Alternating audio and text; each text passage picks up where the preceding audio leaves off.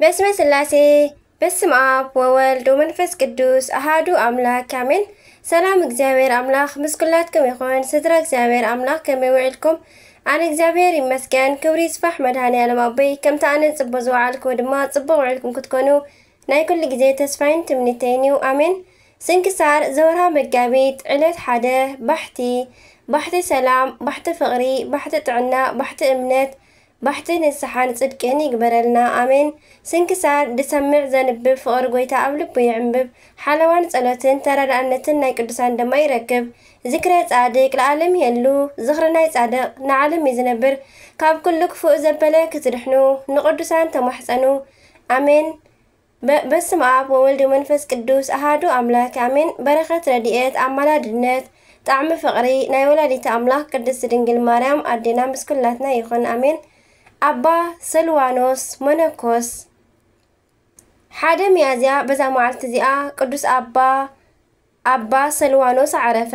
እዚ አቦ ድማ ካብ ብንእሱ ኣብ ናይ አባ መቃርስ ገዳም ዝኾነ ገዳም አስቄጥስ መንኮሰ ብውሽጢ ኩሉ ጸባብ መንገዲ ድማ ብብዙሕ ጾምን ጸሎትን ትጋህን ትሕትናን ፍቕርን ተጋደለ። ዓብይ አቦ ድማ ኮነ። ናይ ክብሪ በዓል ቤት ጎይታናን አምላኽና መድኃኒናን ኢየሱስ ክርስቶስ እውን መለኮታውን ዝኾኑ ረአያት ይገልጸሉን መስለመምቲ ዝኾኑ ስራሕቲ እውን ይነግሮን ነበረ። እዚ ድማ ከምዚ እዩ። ሓንቲ መዓልቲ ብልቡ ተመሰጠሞ ብገጹ እውን ናብ ልዕሊ ምድሪ ወደቐ። ነዊሕ ሰዓት ድማ ጸንሐ። ብድሕሪ እዚ ድማ ርእሱ አቕንዐ። ምስኡ ዝነበሩ ኣሕዋት ድማ ኣብ ልዕሊኡ ዝበጽሐ ነገር ንኸነግሮም ለመንዎ። ንሱ ግን ስቕ ኢሉ ደኣ መሪር ብኽያት ይበኪ ነበረ እምበር ክነግሮም ኣይደለየን። ካብኡ ዝኾነ ነገር ንኸረድኦም ምስ ኣገደድዎ ግን ተድላን ደስታን ናብ ዘለዎ ገነት ተጠቂኑ መሰጡኒ ነጠቁኒ ማለት መጠቁኒ መሰጡኒ ኣብኡ ድማ ናይ ጻድቃን መሕደሪኦምን ናይ ስቃይ ቦታታትን ረኣኹ።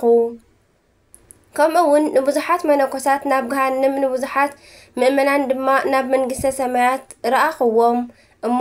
እሞዳ ኣነ ነፍሰይ ንምንታይ ዘይበኪ በሎም። ካብታ መዓልቲ እቲኣ ድማ ብቆብዑ ንገጹ ከደነ። ብቆብዑ ማለት ንገጹ ከደነ። ድህረ እናብ ዘለዓለም ጸልመት ክወስዱንስ ሓላፊ ዝኾነ ናይ ዝዓለም ብርሃን ኣይርአን እናበለ ዝበኪ ድማ ኾነ። እዚ ኣቦ ድማ መንፈሳዊ ግብሪ ተጸሚዱ ዝጋደል ኮነ። ንደቂ መዛሙርቱ እውን ንምግቦም ዝኸውን ናይ ስራሕ ምስራሕ ንኸየቋርጹን ካብ መዓልታዊ ምግቦም ዝተረፈ ድማ ንኽምጽኡቱን ይእዝዞም ነበረ። ሓንቲ መዓልቲ ድማ ሓደ ሃካይ መነኮስ ናብኡ መጸሞ ነዚ ኣረጋዊ ኣቦን ኣርድእቱን ድማ ስራሕ እንትሰርሑ እዮም ረአዮም ክሰርሑ ረአዮም እሞ ንስኻትኩም ንሓላፊ መብልዕ ትሰርሑን ትደኽሙን ኣለኹም ንናይ ዘለዓለም ህይወት ዝኸውን መብልዕ ደኣ ዝድኸሙ እምበር እዚ ኣብ ዝኸበረ ወንጌል ዝተጽሓፈ ዶ ኣይኮነን? ማርያም እውን ኣብኣ ዘይምንዝዕዋ ስራይ ሰናይ ዕድል ትምህርቲ ከም ዝመረጸት በሎም። ኣረጋዊ ኣባ ሰልዋኖስ ከምዚ እናበለ ምስ ሰምዖ ንረድኡ ነዚ ሓው ንኸንብብ መጽሓፍ ሃቦ። ናብ በዓቲ እንግዳ እውን ኣእተዎ እሞ ኣፍ ደጉ እውን ዕፀወሉ ንምግቢ ዝኸውን ዝኾነ ይኹን ነገር ምስኡ ከይተሓድገሉ ኢሉ ኣዘዞ። እቲ ረድእ ድማ ኣረጋዊ መምህሩ ከም ዝኣዘዞ ገበረ። 9 ሰዓት ምስ ኮነ ድማ መነኮሳት ተኣከቡሞ ምስ ኣረጋዊ ሰልዋኖስ ጸልዮም ድማ ምግቦም በልዑ። ነቲ እንግዳ መነኮስ ግን ኣይጸውዕዎን። ንሱ ድማ እንተጸውዑኒ ኢሉ ናብ ኣፍ ደገ ይርአ ነበረ። ብርሃብ ምስ ብጽምየት ምስ ተቓጸለ ድማ ካብ በዓቲ ወፀ። ናብ ኣባ ሰልዋኖስ ድማ ኸደ። ኣቦይ ኣሕዋት ሎሚ ድራሮም ተደሪሮም ድዮም በሎ። እቲ ኣረጋዊ ድማ እወ ተደሪሮም ኢሉ መለሰሉ። ካብኡ ድማ ኣነ ጋሻ ኾይነ እናሃለኹ ንምንታይ ዘይጸዋዕኹምኒ ደኣ በሎ። ቅዱስ ኣባ ሰልዋኖስ ድማ ንስኻ እሞ መንፈሳዊ ሰብ ኢኻ ሰናይ ዕድል ናዕኻ ስለ ዝመረጽካ ስጋዊ መብልዕ ኣይትደልን። ንሕና ስጋውያን ዝኾንና ሰባት ግን ንስጋዊ ምግብና እንደክም ኢና ንሰርሕ ኢና። ስለዚ ድማ ናይ ኢድና ስራሕ ንሰርሕ ኢሉ መለሰሉ። እቲ መነኮስ ድማ ብቓሉ ከም ዝኣበሰ ፈለጠሞ ንኣባ ሰልዋኖስ ድማ ሰገደሉ።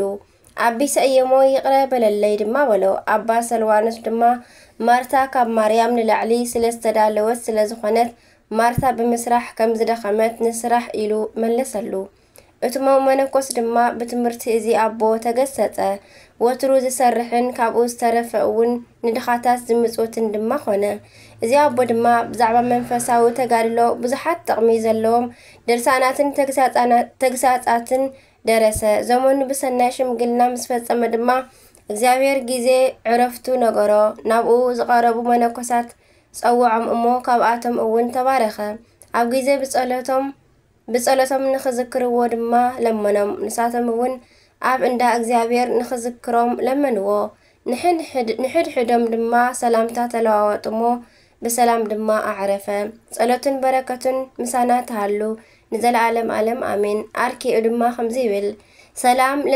ለስልዋኖስ ቢጸ መላእክት ተኮነ ፍትወተ ዓለም እምልቡ እስመ ተመነነ እምአመረ ጽልመታት አንደይነ በቆብዓ ርእሱ ገጾ ከደነ ህየንተ ዘበምድር ይርአይ በሰማይ ብርሃነ ከምኡውን በዛ መዓልቲ እዚኣ ናይ ላዕላይ ግብጺ ዓረባውያን ተኣካኪቦም ንናይ አስቄጥስ ገዳማትን አድባራትን ንናይ አባ መቃርስ ቤተ ክርስቲያንን ከበብዎም ኣብ ውሽጢ ኩለን አድባራትን ገዳማትን ዘለው ኩሉ ሃብቲ እውን ማረኹ መነኮሳት ድማ ተኣከቡ ናብ እግዚአብሔር እውን ጸለዩን ብስም ቅዱሳን ማለዱን ናይ ክብሪ በዓል ቤት ጎይታና ኢየሱስ ክርስቶስ ድማ ነቶም ዓረባውያን አደንጊጹ አሳደዶም ኣብቲ ጊዜ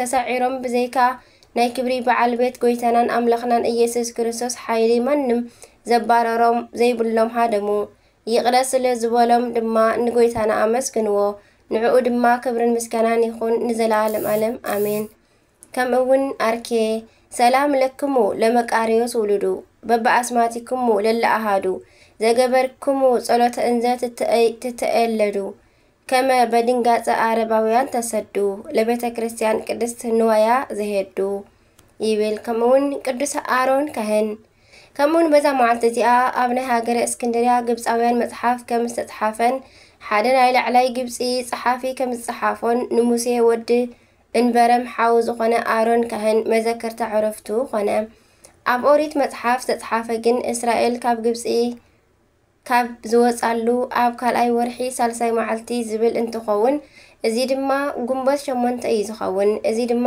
ኣዋርሕ እስራኤል በአዋርሕ እናተቆጸሩ ስለዝዘሩ ኣብታ ዓመት ንሳ ሚያዚ ሓደ መዓልቲ እዩ ዝነበረ በባና ግን መጽሓፍ ኦሪት ዝሆልቅ ናይ 5 ወርሒ ባሕቲ ስለ ዝብል ነሓሴ ሓደ ኢልና ኢና ንዝክሮ እዚ ጻድቕ ድማ ንርእሰ ነቢያት መምህር ሕጊ ኦሪትን ሙሴ ሓው እዩ ንነቢት ማርያም እውን ሓዋ እዩ ንሳቶም ድማ ካብ ነገደ ለዊ እዮም እግዚአብሔር ድማ ኣብ ሃገረ ግብጺ ባዕዳው ብዙሓት ተኣምራትን መንክራትን ገበረ እግዚአብሔር ድማ ንዑን ንደቁን መረጾ ካህናቱ ድማ ገበሮም ካብ ጥሪቶምን ካብ መስዋዕቶምን ከዓ ካብ ደቂ እስራኤል ኣስራት ሃቦም ደቂ ቆሬ ኣብ ልዕሊኡ ኣብ ዝተለዓለሉ ጊዜ ድማ እግዚአብሔር አጥፍኦም ንምድሪ ድማ ኣዘዛ ኣፋ ከፊታ ከዓ ውሓጠቶም ብሰናይ ገድሉን ሕጊ ኦሪት ብምዕቃብን ንልዑል እግዚአብሔር ምስ አስመሮ ድማ ናብ ናይ ክብሪ በዓል ቤት እግዚአብሔር ፈለሰ